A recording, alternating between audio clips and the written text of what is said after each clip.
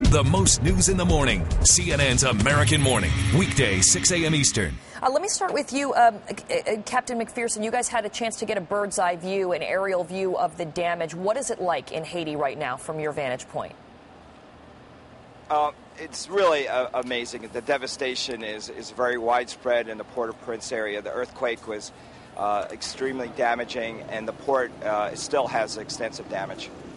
And we're still seeing the struggles, I guess, to get some aid to the people that need it. One of the things that our crews on the ground have been talking about is the urgent need for medical supplies at some of these hospitals that are there and have doctors and nurses, surgeons and anesthesiologists, but they simply don't have the supplies.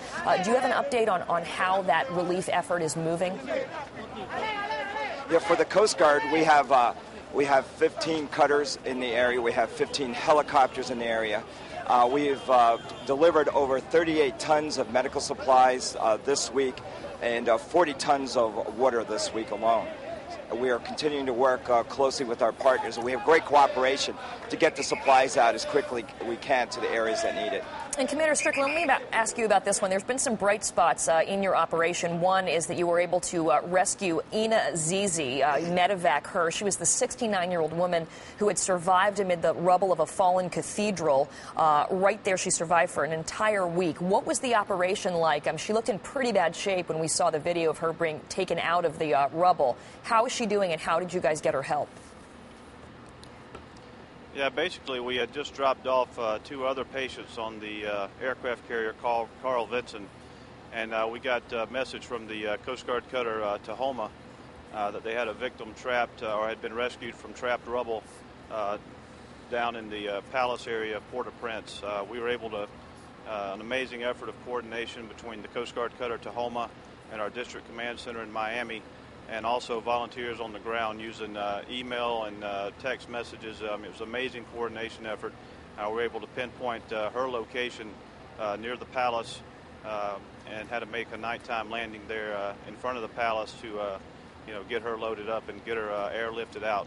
We ultimately took her to the USS Bataan, and where she was offloaded. And from my understanding, she's doing well. She's recovering and expected to continue to recover. That certainly is amazing, given what she's been through and her age and the condition. Wow, and you guys had a big part in that. You've been to some of the biggest disasters and seen so many sites of devastation. How does this rank in terms of what you're dealing with and also the conditions you're working under? Well, it's obviously, pretty much utter devastation in the city proper around Port-au-Prince and also outlying areas. The only thing I've ever seen that compares to it was the destruction after Hurricane Katrina. But there's no way to put it in words, really. Captain McPherson, one of the other things is that, as you were talking about, you're texting.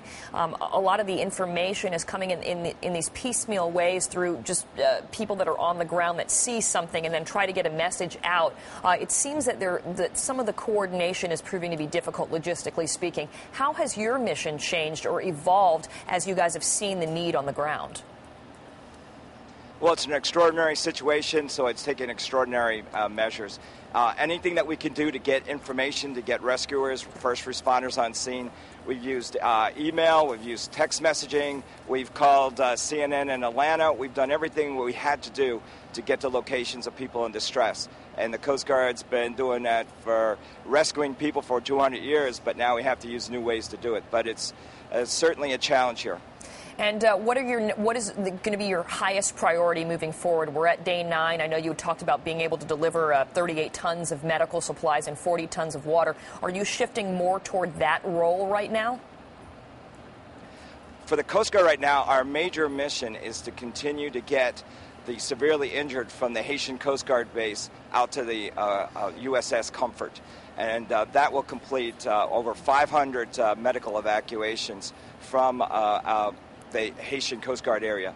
That's been a great success story, too. The Haitian Coast Guard has been extremely helpful, and they've been doing a wonderful job of taking care of their countrymen, even when their homes have been devastated.